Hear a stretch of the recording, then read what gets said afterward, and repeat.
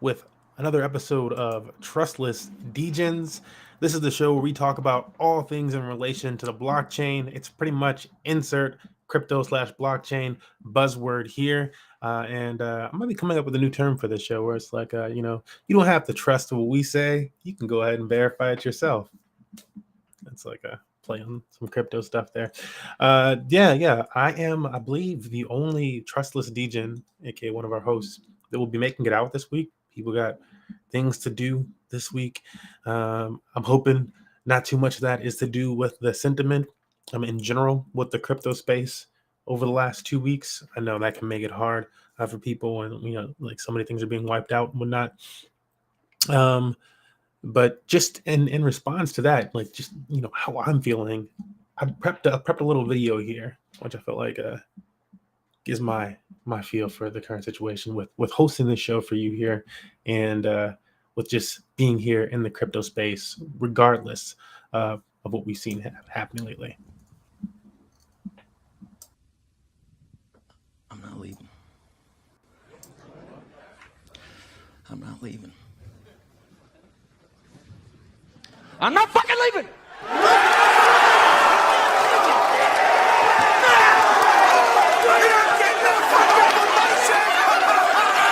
The show goes on! This is my home! They're gonna need a fucking wrecking ball to take me out of here! They're gonna need to send in the National Guard, a fucking SWAT team, because I ain't going nowhere!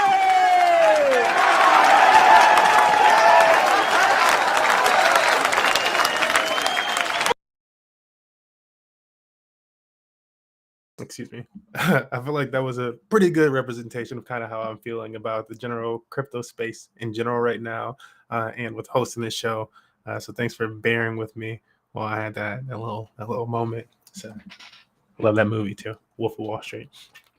But yeah, let's run through some of the things that happened this week in crypto, and that could be DeFi, NFTs, blockchain technology, macro events. We try to cover it all. So as the title says, we got some CeFi versus DeFi today, some Bitcoin. It's a little bit of talk about Robinhood and other centralized entities.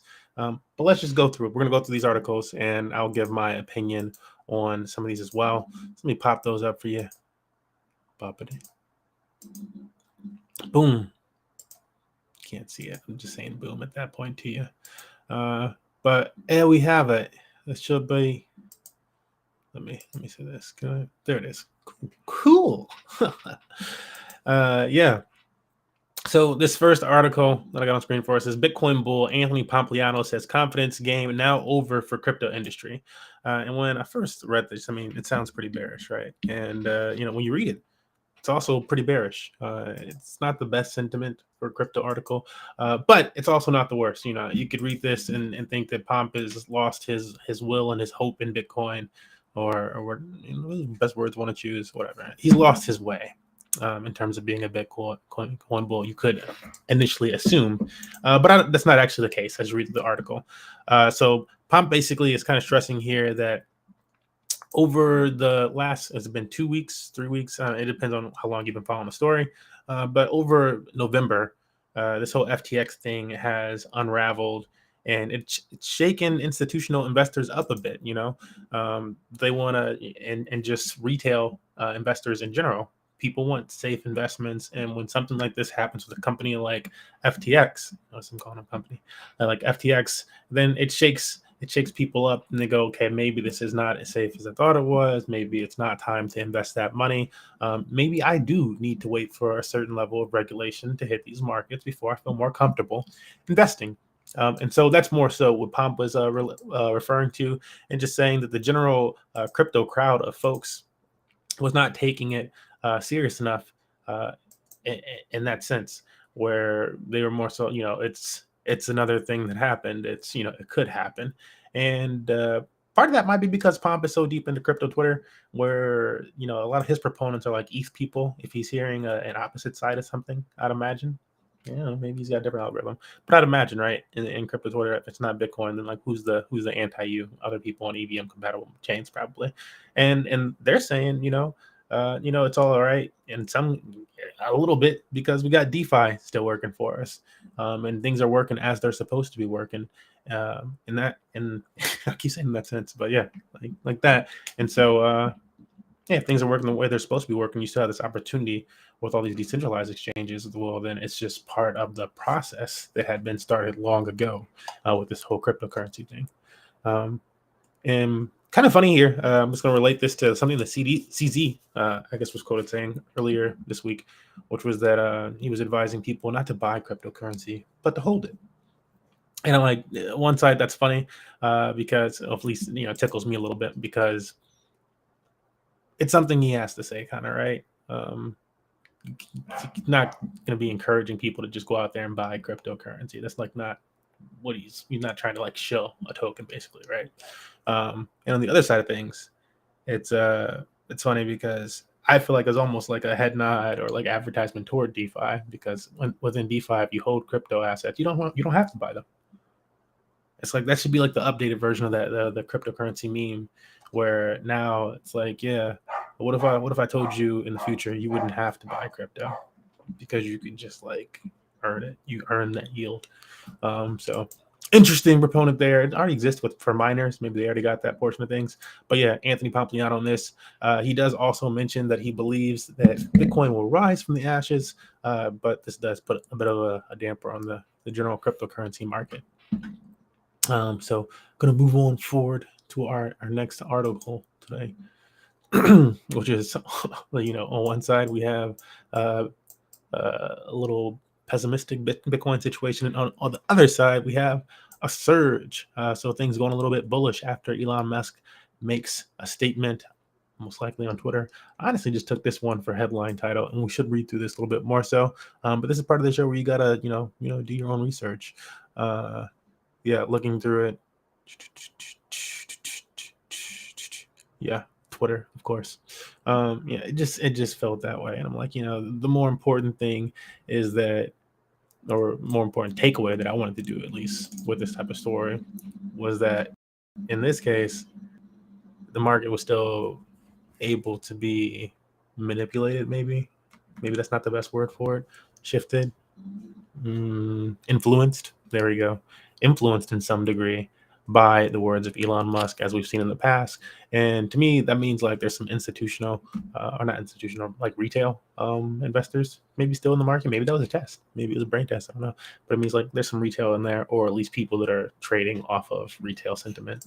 If that's happening because Elon says something, because who doesn't already think that? So maybe this is just by chance they got this article out there with this title. But if anything in relation to what Elon's saying, that's kind of my feeling. I'm like, either just more retail players than people thought, or people are trading off of retail sentiment, assuming an Elon situation. We got another camera popped in here. Oh no, that's mine. Okay, I'm like wait, is that mine? Yeah. Cool. Next up is an article about Chili's, and so I actually haven't done probably nearly enough research about something like Chili's, but hold up, yeah, this is fine here because I feel like it kind of mixed in with this esport. We'll take like a brief segue away from the more Bitcoiny topics, and then we're going to get into the granddaddy of the week, the Alameda situation. And I'm not going to share everything that I found on Alameda and FTX and that whole crash, but we'll cover a few things as well as some companies in correlation with them, or in connection with them, that are now suffering. So some companies and projects, one of those being projects on Solana. So that said, before we get into that heavy, we're going to talk about Chili's and a little fun esports news, which kind of like leads us into the same thing. It's fun, believe me. All right. So yeah, just that. So the Chili's token is basically, I wanted to call it an esports token, but a game token. In the case of like sports games, and like crowdfunding, from my early understanding of it. Either way, this was used heavily in the last bull run around the creation of different and not in the creation of it, if I'm saying that wrong, then just like whenever mentioned around certain soccer teams and their individual tokens. And so I'm not exactly sure how Chili's fits into the whole equation of that, but like, and if it's just like a token that can just be used at their games. Let's see if it says anything in this article, but it's just like if you're gonna correlate two things together, the thing to correlate with Chili's would be FIFA and soccer in general, like correlate with the Chili's token. So if a bullish event happens, it's like if you had something correlated to football, American football, then maybe the Super Bowl would be a big event that you'd be like looking for some bullish activity because people are buying Super Bowl ads. In this sense, it's the Chili's token and the FIFA World Cup. So there's that to pay attention to. And the Sand Analysis just giving their opinion on things. This is a totally speculative thing, but I wanted to throw that in there just as like a something to show that, you know, there's other things happening in crypto right now, even in terms of speculation on some tokens, like that level of things is still happening. Now, like after saying the word speculation, it's a great time to also mention that none of this is financial advice. We're not financial advisors or anything like that on the show. We're just talking crypto as if I only want to say it as if it's, you know, the show was made to talk with like-minded people about things that not everybody else understood or cared to research as much as we did, and so that's why we have this show. But yeah, that's the Chili's token. It's a lonely night with one soul degen, but it's okay. We're gonna get the information out there. This next portion is starting to dive into that FTX debacle that happened recently, and so let me just pop this boy on screen here. So yeah, esports giant, and I said this on Twitter actually. I have a tweet that says, you know, is it going to be BNB, you know, or was it TSM BNB Tweak? Because Tweak from the Smash Bros community is sponsored by TSM, and TSM is just like, you know, has that FTX like naming right or whatever. I'm going for it. But if Binance were to buy them out, I imagine that, you know, they get all those rights and it would swap. Obviously, the Binance thing did not happen. I was actually, I can't remember if I was reading or listening to something where they were saying that basically the CZ Binance thing was like a move where they could get FTX to show them their books and prove that they were like insolvent before backing out of the deal. But regardless, this is just a crossing over into the esports ecosystem a little bit here. And this isn't the only thing to go. We've also seen it on stadiums and whatever else, as you can imagine. It's just not, it's not going to end. Yeah, we'll keep it at that. The Sam Bankman thing. If you have time, I would really suggest reading this Vox article. If you want to know about the Sam Bankman thing and like just like I don't know, more personal dive into it, because it's this interview with him, and I think this has all these tweets between him and this reporter. It's crazy. It's crazy, bro. It's pretty interesting. Wow. Yeah, basically he goes through here, and let me read one of these, and he's no longer playing the role of the working employee. I'll call it that, you know, or sometimes people talk about going to work and they like put on like a fake smile or something like that. And they're like, oh, I'm always happy to people at work. You know, I always want to work, you know, nice with like, yeah. And I'm like, yeah, you want to be nice to people at work, but I don't know the fake thing now. But even in that sense, there's a certain type of demeanor to work, and you know, yeah, just a way of addressing people and carrying yourself and presenting yourself in front of the company or for the company.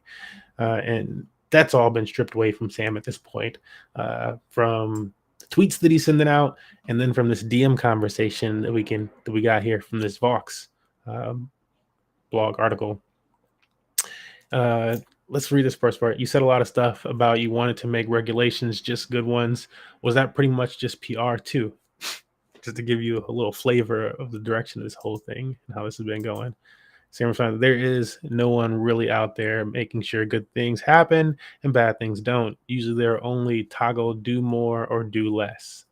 So either do more good things or do more or do less good things. I guess. Yeah, just PR. Fuck regulators. They make everything worse. They don't protect customers at all. I mean, wow, spoken like a true Ripple holder, like for real, Sam. No, but without going too much more into this specific article, the whole thing is kind of like this, where this person's asking Sam questions, and then he's giving these very candid responses that seem like he's no longer, held back by ties to any type of company or anything like that. And so it's really interesting. Do I run through it? More Almeida. I don't even know how much I want to cover the Almeida stuff at this point. There's like I'm throwing that one out because the next one that I even cared about was this, which is starting to touch on the NFT sphere of things. And so Soul Chicks, which is a game that I saw promoted, fairly heavily during the last bull run, CEO and COO leaked messages confirm up to 20 million treasury fund loss. And so I believe they actually lost some like previously, newly leaked messages, and then it's like just coming to light or something. So surfaced on Twitter earlier today, revealing discussion between CEO William Wu, COO Lewis, whatever the heck, Soul Chicks migrated over the Catherine Gaming. Where newly leaked messages, show project up 20 million UST implosion. Yeah, exactly. It's from UST implosion in May 2022, and decided not to inform their community. So this isn't anything like to do with the current FTX thing. This is more so like, that people just found out stuff, but they're probably in that much, maybe they're in that much more trouble if they're not telling you already. And where did they put things? Did they move to FTX? Who knows? So after further information regarding the leaked messages, reached out to Grafton and comment. We said it was in the project's best interest and not make the public announcement. There's no serious concern. Yeah. We said and only large investors do. And like this idea here that it's disturbing, they think that retail investors don't need to know and only large investors do, is like if it was more of a centralized thing, and maybe that's just totally how Soul Chicks works. But people's assumptions oftentimes in blockchain is that it's more decentralized in nature in general, and so that you are going to have that level of transparency with it. But that should be a red flag if there's no ability for people to truly monitor the treasury of a project. And games do have the luxury. I find myself saying that with people all the time, and more so recently. But games have that luxury of either hiding their code or like hiding some transparency. And one reason why games can get away with something like that is because maybe you have bonuses or hidden levels or whatever the heck, some type of unlock. But there's reasons why you might want to hide things in games, and so they should kind of get away with that in a sense. Man, I say that a lot, but yeah. But I don't know what the Soul Chicks situation is specifically. This is just kind of to point out that some negligent actors still in the space, and it was interesting. I'm sure that the reason why this is making headlines now is because everything in Solana is kind of being addressed due to them. The Solana blockchain lost something like 700 million TVL. So value on that platform just going. And I don't know what I'll do to the FTT token. I believe it's just people moving their funds off the chain. It's been kind of a recent trend for people to move large sums of crypto off of exchanges. Go figure. This whole thing happens with a centralized exchange, FTX, and people are starting to finally move their funds off of exchanges. Man, I wish I had this like queued up. A funny thing that I read this week was from DeFi Dojo Stefan, and he said, practice safe. Oh, I think he said abstain from sex. And in that sense, he meant CEX, centralized exchanges. And there's been this whole like no sex or whatever the heck joke thing happening in crypto Twitter recently. But yeah, it's just part of this like idea that people can move away from these centralized exchanges and start using decentralized options. Gonna point out one more bad potential here. And that's situation with it says Jump Crypto, so this ties to FTX and Solana, but plus Robinhood users at risk. So they're worried that somehow this FTX debacle, how deeply intertwined is a platform like Robinhood? How deeply intertwined is this Jump Crypto, which I believe is kind of just like their bridge. From what I quickly read, it was just like their bridge to get off of or integrate with FTX in some capacity.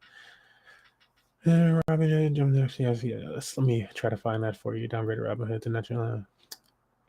Nope.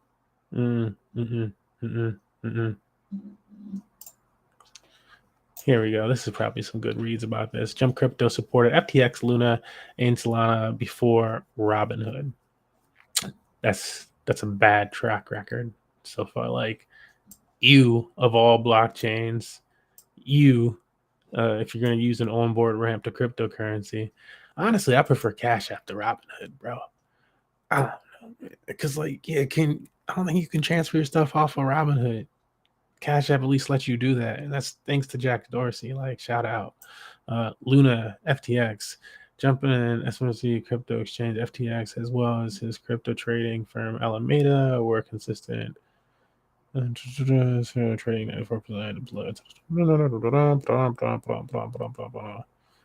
so Jump Crypto lost a shitload of Luna USD 700 million wormhole attack, probably down bad on Sol, and now for sure a bunch of losses on FTX. How are these guys still going? Woo!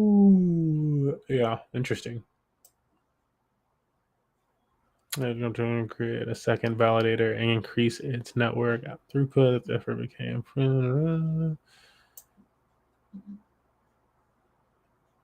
recently dipped into Robinhood custom. So here's the real meat and potatoes.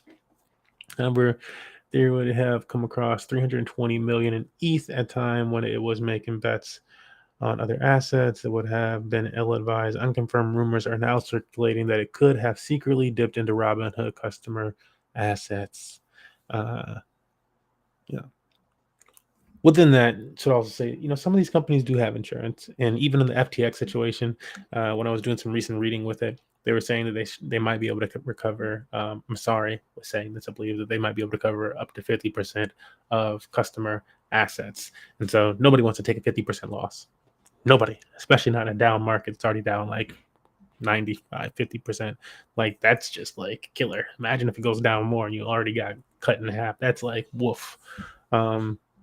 Yeah, but just to say that there is some type of something coming back to people. Let me not search for that word. All right, got a few more of these to get through. This is again in relation to the FTX debacle, so I put them all in a row so we could see just what's unraveling thus far in the few days after all this has happened. And by all means, follow Sam Bankman-Fried on Twitter to see, read through past tweets and see what else is coming out of this man's mouth, because it's all been interesting in some social capacity. So, Gemini Earn unable to meet customer redemptions as Genesis unit pauses withdrawals. And so I don't know if this is in relation to their own token or what you have to do to get their earnings from it. But basically, I believe I had already seen like rumors about Gemini and something with FTX, and now their earning feature is down, meaning it would be like a dividend stock that just like stopped paying out dividends, like and it was part of its initial build to do it in some type of regular fashion, and then all of a sudden it was just like, nah, not doing it. Like, oh, really? Okay, because I thought that's what you did. Well, why aren't you able to? There's probably some type of issue in the background going on, and so that's what's happening here. But it's just like it's the domino effect from all these different exchanges, and who knows where the last domino falls in this sense. All right, man, again, dang, bro. Yeah, who knows where that last domino falls? What it's not hidden, decentralized exchanges. All right.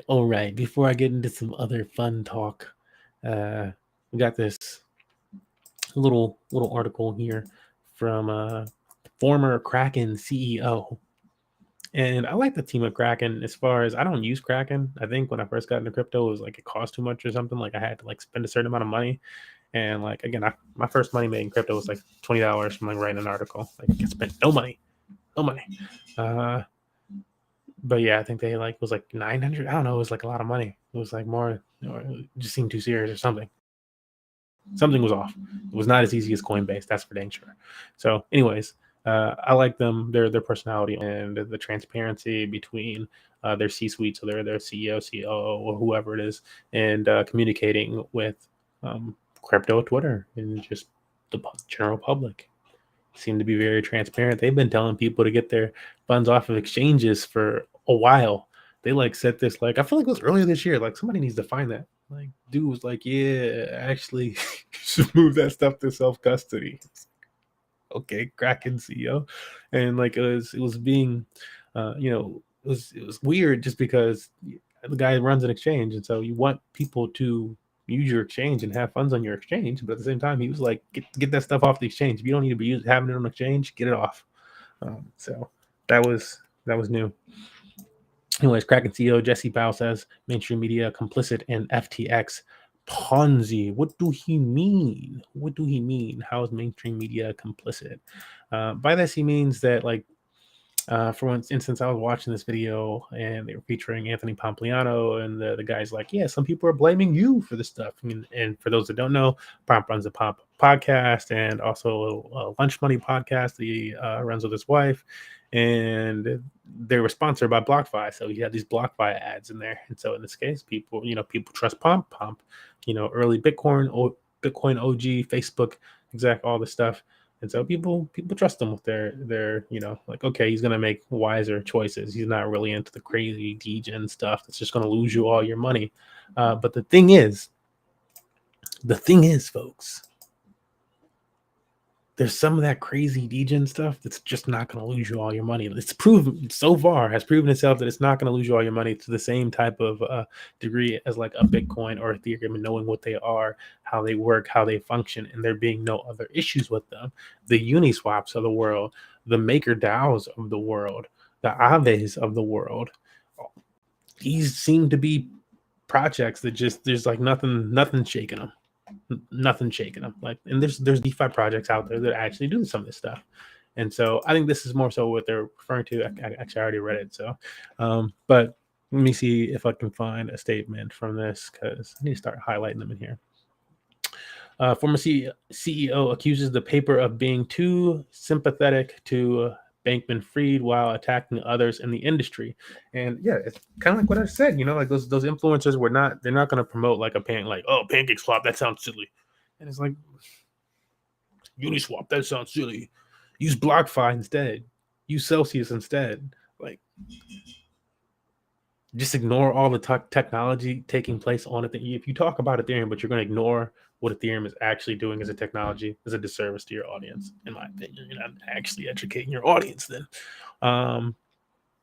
But to Powell's words, the mainstream media needs to take accountability for its role in contributing to the legitimization and high status of the insolvent Ponzi, referring to FTX. I'm like, is that truly? I guess because people don't know how they're making their money, that's how they're calling FTX a Ponzi. You know what? This is why you need blockchain. This is why you need blockchain. Doing stuff with tokens, but you can't see it. It's in a black pool. So whatever. Before I rant on that too much, without the media's backing and the endless puff pieces, victims would not have been trusting or been so trusting with their savings. Even now, play the story. And so I don't know that they're downplaying the story. They're really trying to hit crypto over the head with it and say that it's like a DeFi issue and whatever the heck else. But as the Kraken CEO knows, he doesn't see it that way. And so he's very much sees it as just like a company that messed up. Call it what it is. And stop putting all this trust behind these centralized entities, basically. And that's kind of what I liked about the Kraken team, is because they seem like real crypto guys. Where like, yes, they have an exchange, but they're all about like what crypto actually represents. They're trying to be a good on-ramp for people. At the same time, so back to the quote, at the same time, They were pumping the FTX scam. They were writing defamatory gossip pieces about industry stalwarts, driving their audiences away from safe, reliable, and proven venues. It's too generous to call these people clowns. They betray their duty. Facts. I mean, and I feel the same way even when people like try to get like when they really try to get like stupid hard negative on like NFTs. Like I have that same type of feeling where I'm like, yeah, but the technology of it. Yeah, okay, talk about that you don't like the it being used for art in the way that it's being, or maybe you just don't like it being used for art. Cool. But the technology of it just makes sense. Like there's nothing wrong with having a receipt that you can cash back in for something. There's nothing wrong with having a digital asset that unlocks something. Those things just make sense. And having it being serial tracked and having certain data, that makes sense. Like if you can't see that makes sense, you don't understand technology. Point blank, period. There's like you can't have a conversation. You don't understand technology, Warren Buffett. Then like you just can't have a conversation with that person. But if you understand how a receipt works or how a ticket works and how it allows you to sit at that seat that you purchased, then you do actually understand. Moving. We got the Gens man.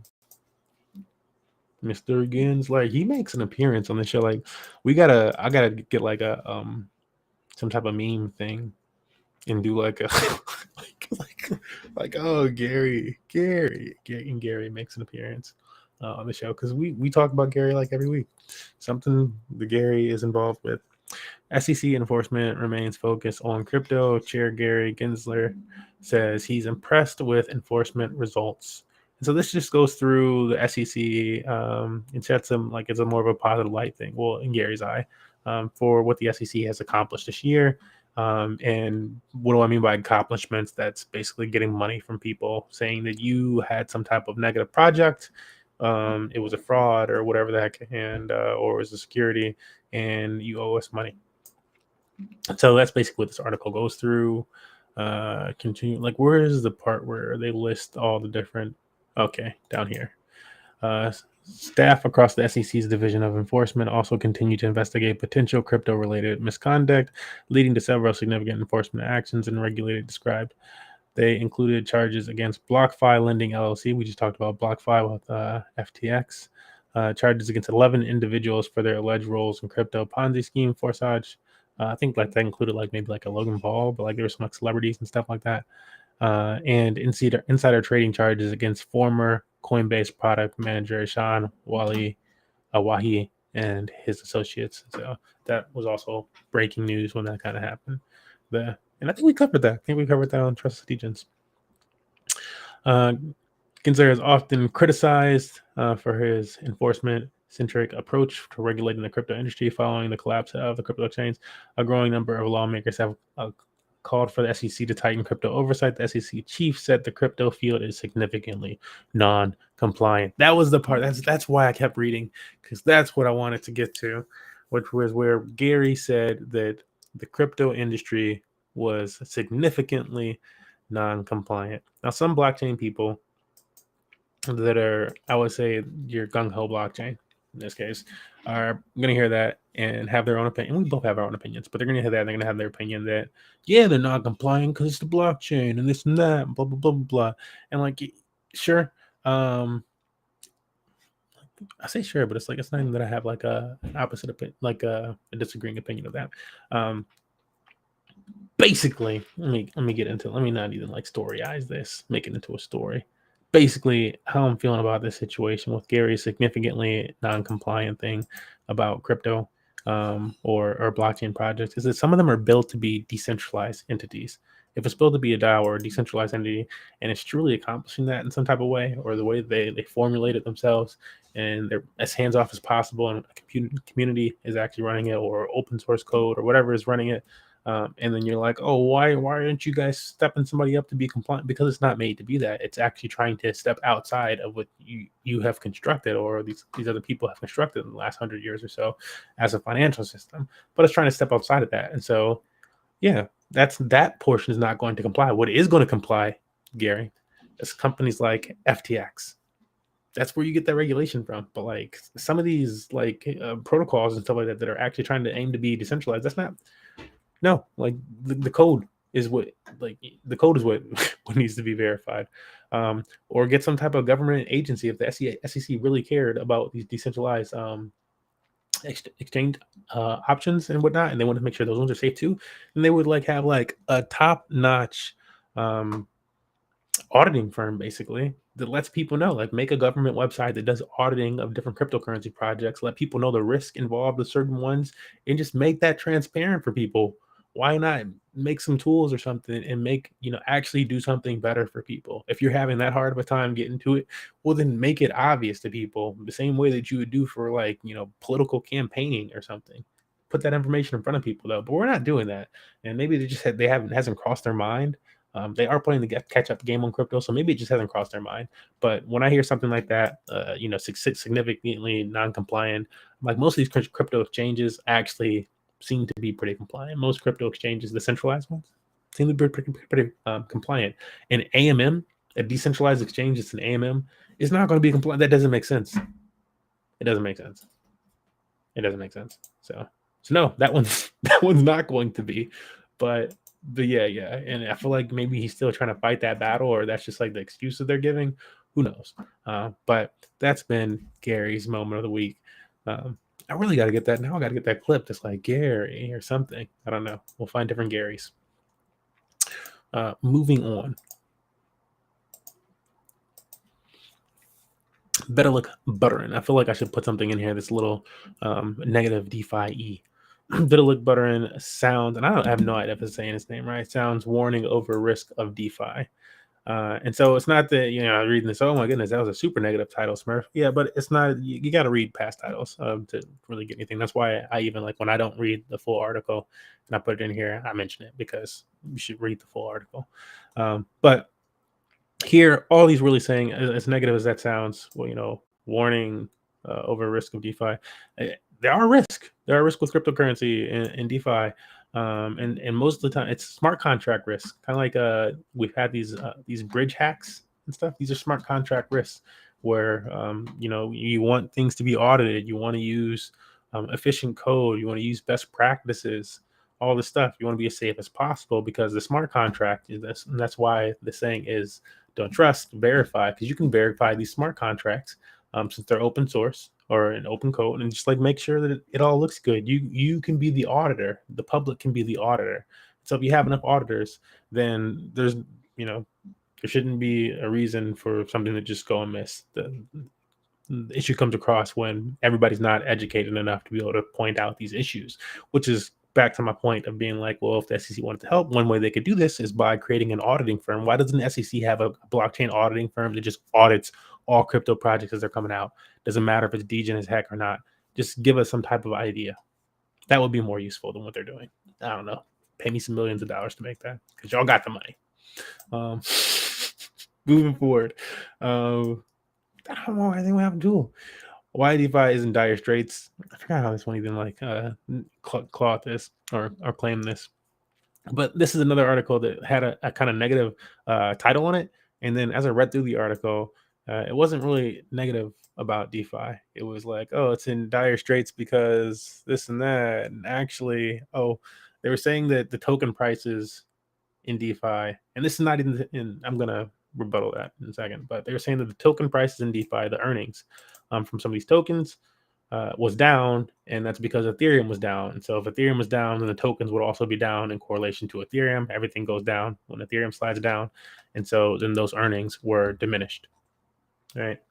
The issue with this is that actually some tokens are performing well in DeFi. There's certain tokens in DeFi that are performing better than other ones. And this is kind of the spring of like DeFi 3.0, because we had 2.0 with Time Wonderland type of projects. I think this is the spring of DeFi 3.0, where we start to find out what type of tokens in DeFi, this new thing that emerged over the last bull run, are able to survive a bear market. What do you do in a bear market with DeFi? Previously, we had centralized exchanges that everybody was working off of on the last bull and bear market. Everybody, you had, what do you do during a bear market? You short on a centralized exchange. And so all money went to centralized exchanges. But now there's actually decentralized exchanges where you can do the leverage trading and you can do the shorting and options and perpetuals and whatever else you want. And a lot of these things people were looking for at the very beginning of the last bull market. I was looking for them as a DeFi one. I was like, okay, let me find the trading options here. Those are the projects that I'll invest in because I know those are solid. It's something that kind of learned during the last bull market, and I was looking for versions of those on the blockchains. And so any project that said they were going to do that, I was investing in, because I was like, that's what I want. And somewhere along the way, we got twisted in the vegetable and whatever the heck in pancake game. But it's coming back to those fundamentals, and the projects that are doing the best are projects like DYDX, GMX, etc. Pretty much a you name it situation. If it's that level of project where they're doing money market, so borrowing and lending, the Just Lens, the Venus.ios, the Aves, or if they're doing perpetual trading or leverage trading, they seem to be fine. They're making money. Some of these are up, like I think GMX was up like 40% in the last. Let's look at it real quick. Here, let me put this on the screen. Right, this article is talking about that. Just to untrust verify, right? In the last year is the top, or one of the top,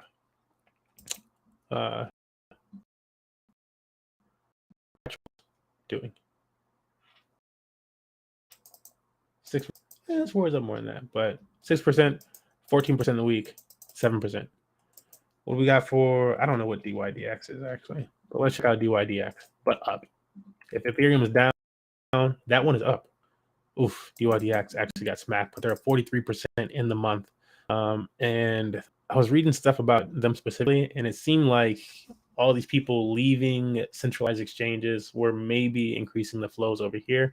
The number of wallets in general in DeFi isn't increasing, I guess. It's kind of stagnant, which people were like, it's also good that that number's stagnant. And there's only about 4 to 5 million unique wallets in DeFi apparently, which is a fun stat for me to think of, because I'm like, that basically means that if everybody in DeFi became a millionaire right now, it would not make a dent in the general finance. It wouldn't even be as big as FTX, the FTX issue. It wouldn't even be as big as that. It'd be like a small little scratch in the thing if everybody in DeFi, every individual wallet got $1 million right now. That's crazy to think of. So, so there's that. This other one, hold up. And some of these are just, they're doing better right now, or they're doing better across the year. Gains network on Polygon. Look at this thing, 566%.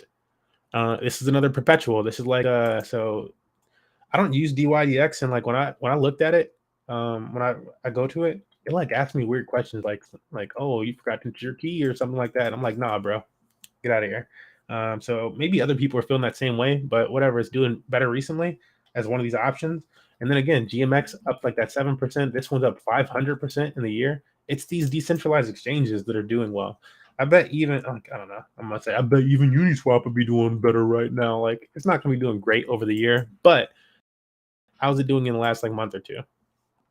In the last month, only 8%. In the last week, up 3%. Again, decentralized exchanges are performing decent right now. And yeah, that's still like, who wants 70% down? But yeah, the best ones are going to be those perpetual options, just because of that use case that I mentioned. Moving on. Hopefully that makes sense to people. I know sometimes I don't like really get in the weeds about stuff. Oh, this is pretty much just that. DeFi platforms see profits amid FTX collapse and see sex exodus. So this is exactly what I was talking about. Here's actually a list of some of these top platforms. So we see DYDX, a decentralized exchange. We see 1inch, an aggregator, decentralized aggregating exchange. So it'll find you the best price on different places. This is for doing swaps. This is for like doing leverage trade. GMX, another leverage trade one up there. Ethereum name services, because I don't know if the market's getting cheap. People just want to buy shit. I don't know. MakerDAO, actual DeFi, collateralized loans. So borrowing and lending marketplace right there. I don't know this next one. Convex is, I don't know, it's called like part of the flywheel. It's like part of the curve flywheel, which is a way of getting higher APY positioned on a specific curve pool. It's like lobbying for DeFi, on an exchange. That's what I would consider. Like if I was like, what is curve finance? Like, do you understand lobbying? Like, oh, so you like give money, or like you're trying to get this one point through in law, or yeah, that's right. And so you lobby for it, maybe you give money toward it or whatever. And in DeFi, that's kind of done with like a project like Convex. And so it's called the Curve Wars. If you want to look it up and how this whole thing goes, but that's called the Curve War, and Convex is like the biggest player in there. They pretty much won the Curve Wars. And then I think Frax is like won the Convex Wars, pretty much. DeFi Saver, I feel like I've seen that, but I don't know what it is. So I'm not going to comment on it. Stargate, another multi-chain exchange, so decentralized exchange again.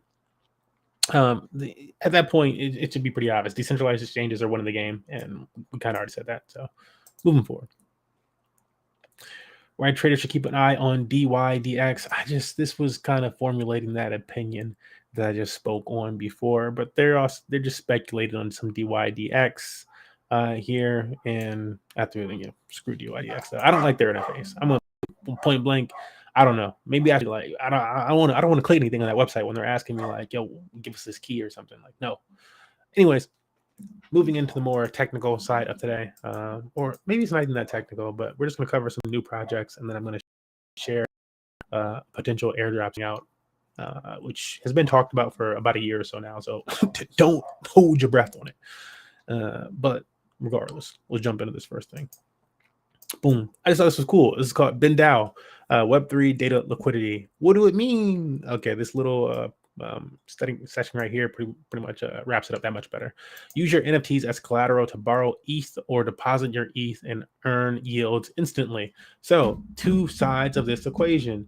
And this is starting to happen more and more often because some of these Ethereum projects that just had so much ETH go into the project, and they have like a treasury or whatever the heck, they have kind of like a price floor in a sense, or maybe some of them have mechanisms that are made to like eat up the floor NFT if it goes to a certain degree. Something's meant to go by it.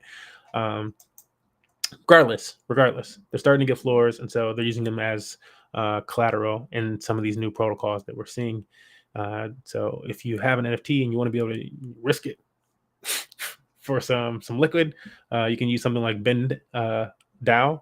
And if you have some ETH and you want to risk it for some APY, some APR, I guess, then you can just deposit that and earn some chill passive. Like when people, there's no real passive income on the internet. No, this is like passive income pretty much. Now, again, this type of thing also comes with the risk of smart contracts failing on you. But that's pretty much it. It's like the smart contract and you not giving people your keys. That's it. As long as the smart contract is safe to go, and they're not going to be adjusting it, that's another smart thing, because if it's working, you don't want them to be touching it too much. But then you're good. So 6.11% earned in ETH. Oof, you get 4.5% in ETH and then 1.5 in this BIN token. So they're really pushing the BIN out slowly. And I don't know much about the BIN token. I'd imagine it increases your yield or something like that, or you staking it somewhere else gets you something else for a higher return. But got to do research on that. The main takeaway with this that I thought was cool was just these NFTs. And you can see they got CryptoPunks here, Bored Ape Club, Mutant Apes, Azuki. I really wish I had maybe jumped on the Azuki thing when I saw all these so early, and it was just like, I'm really not an NFT guy. But remember, CryptoPunks at $10,000. They're 66 ETH now, so that's like $60,000. Bored Ape, same thing. Azuki, same thing. Moonbirds, same thing. A lot cheaper though. But I mean, I saw all these from there. Doodles. I just thought it looks. I'm like, bro, get out of here. It's whatever. I'm happy to the phase that things are moving in right now, where a lot of these projects are going to start getting some type of utility behind their NFTs, other than the gaming ones. But wanted to show that one. Just going to briefly share this, which is a decentralized credit scores. Polygon looks to disrupt market with its new identity system. This reminds me a lot of Galaxy, and I'll give it some showtime here. Galaxy, man. Actually, I just have to have it's .com. That's .com. I don't know if that's the actual web, bro. I'm gonna click it. I thought it was like .co. But yeah, the credential-based place. So they basically sync up your social media profiles, and so instead of them grabbing some of your other personal information, they're kind of doing a strategy that Money Match Gaming decided we wanted to do, which was instead of getting everybody's like personal information on a certain level, we would get their social media information, their Discord, their Twitter, or whatever have you, and knowing that some of these profiles you can only make one of, or depending on the situation that we wanted to go with. And so Galaxy is pretty much doing something like that, credential building like that to certain social media profiles.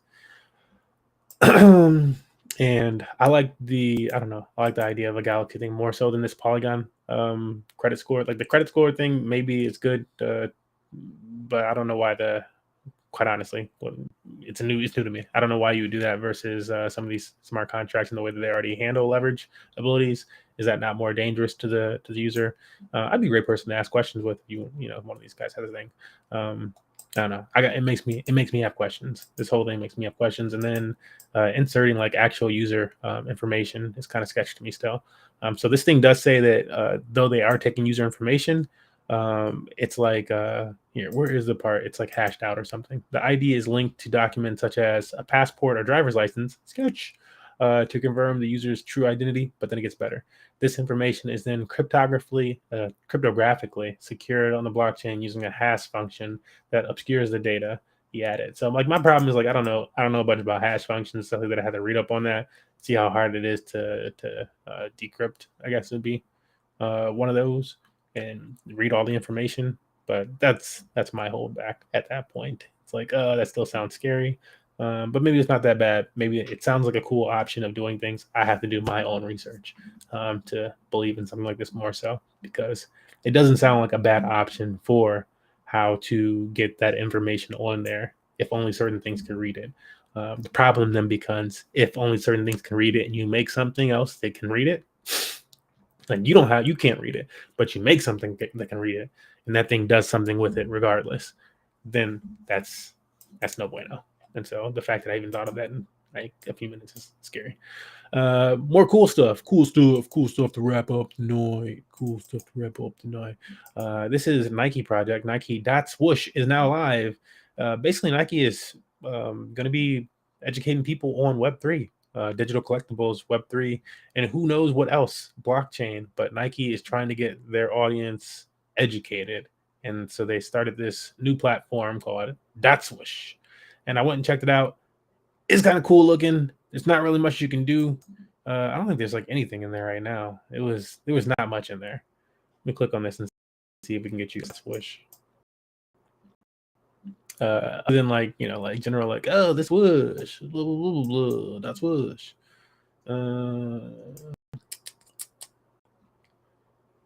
Swoosh.nike.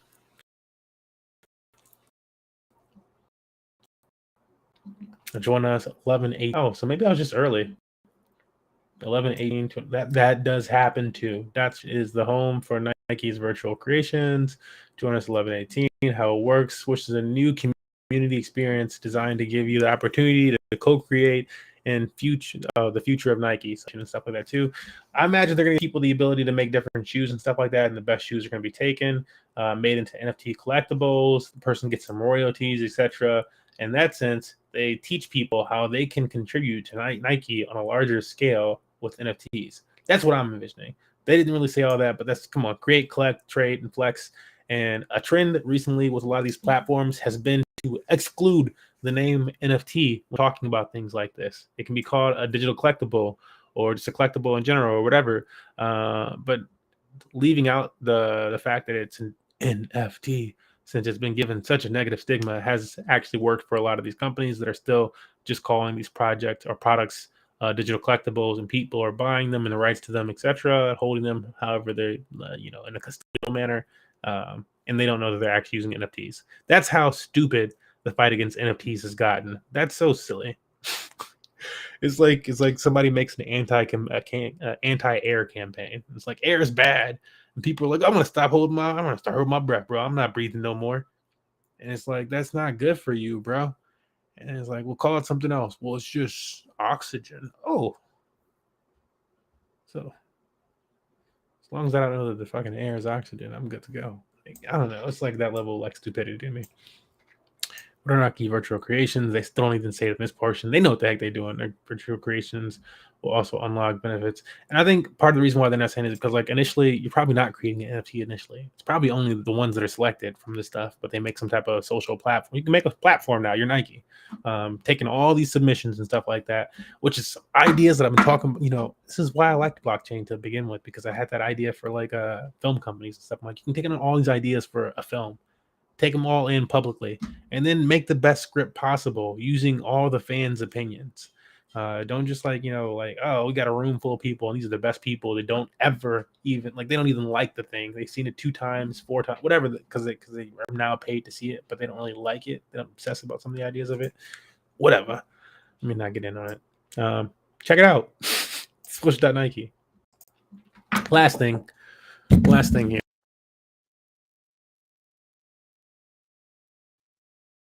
All right, it's almost perfect timing. So this last thing that I prepared here is a tweet from Miles Dusher. I believe he's part of the Bankless podcast. I think that's what you do, Miles, right? It's either that or crypto banter. I can't remember right now, but he made this lovely thread. If you don't know what a thread is, it's basically a blog on Twitter. So it's a blog pretty much written out on Twitter, or it's paraphrasing a blog, and they put it on Twitter. It's just reading all that information on Twitter because social media platforms reward you for keeping people on the platform longer. Yay, and reading your content. So it's a smart way of doing that. Apple, Amazon, Google, these companies are the pillars of modern society, but there are Web3 protocols that could eat into their market share, 5 projects. So mentioning different Web3 protocols that might eat into these big companies. If you could find the Apple of blockchain, it's a good situation. So let's go into some of these. So we already know that he likes ETH, Matic, and GNS. And again, GNS, that token that we covered, that's up 500 here. Goodness gracious. Probably because it's on Matic. And I'm sleeping a little bit too much on Matic. Gonna have to get back over into Matic, especially now that I know that they have a perpetual exchange over there where there's no fees. Why would you can use GMX or whatever, but if you're just doing trading, why wouldn't you? What are their fees? I gotta see what their fees are, bro. I'm really interested now. Anyways, AKT, which is a decentralized and open source cloud computing marketplace built on Cosmos. And I heard a lot about Cosmos. I gotta continue to do my research about them. They're in my my little document about things I want to research more. So I'm gonna skip past all the coverage that he does on them because I'm just going through these names of different tokens basically and what they do. Arweave. Okay, the AR token. This made big splashes recently with Instagram using it. So Instagram uses this to, I don't know, something with their, I think it's the file storage for their NFTs or something along the lines. But Instagram is integrated with Arweave. So just a decentralized protocol that uses its blockchain to store global information securely and permanently. Demand for the data storage is growing at an estimated 58% per year, and I believe the Web3 storage protocols will capture a significant upside from this trend. Yes. So there's other ones. They mentioned some other storage protocols like Saya and Filecoin. Here's some partners of Arweave, I guess. Apart from Meta, Arweave also has partnerships with Malaysia, Asia Digital Bank, Polkadot, The Graph. I believe Bitfiend really likes The Graph, Solana, and many more. So Arweave, if you missed that news, that's something to catch. Look at this growth. And that's data. But that's because the Instagram partnership, I'm pretty sure. Yeah. Also mentions Filecoin, those ones I just talked about. Toward the bottom here, we have Render token is a peer-to-peer GPU marketplace allowing users to contribute computational power to 3D rendering projects in exchange for earning crypto. I do remember hearing about that one. I think it was through a video where I was just making some 3D stuff too, honestly. But didn't look into it. One of the reasons I don't really look into this type of things is because I don't have that GPU power. I don't have that not really. Maybe I'm thinking too much into it where even the littlest bits can help, and it's something that you can mine very minimally, kind of like XMR. I feel like you can mine XMR like that. Maybe you can't anymore, but I feel like I did before. Honorable mentions: Audius, Web3, Spotify. Yeah, Audius is kind of cool. Name services like ENS And then Ocean Protocol Web3's Snowflake. I don't even know what that means, so y'all got to look that up. But yeah, I do like the honorable mentions too. Oh, and Helium. People really like Helium, huh? Hotspot owners are paid HNT rewards for providing coverage. Users, but I'm like, you're like using some. I don't know how it actually works. I got to look more into Helium. But some people really like Helium. It doesn't seem to be going away. I'm seeing smart people talk about it too much. So, got to do more research on Helium. Apparently, that's gonna cover it this week, y'all. A solid straight hour of Trustless Degens covering some of the hottest things that happened over the last week in Web3, crypto, blockchain, whatever. Insert buzzword here. It's your host, Smurf. And I'll see you guys next time.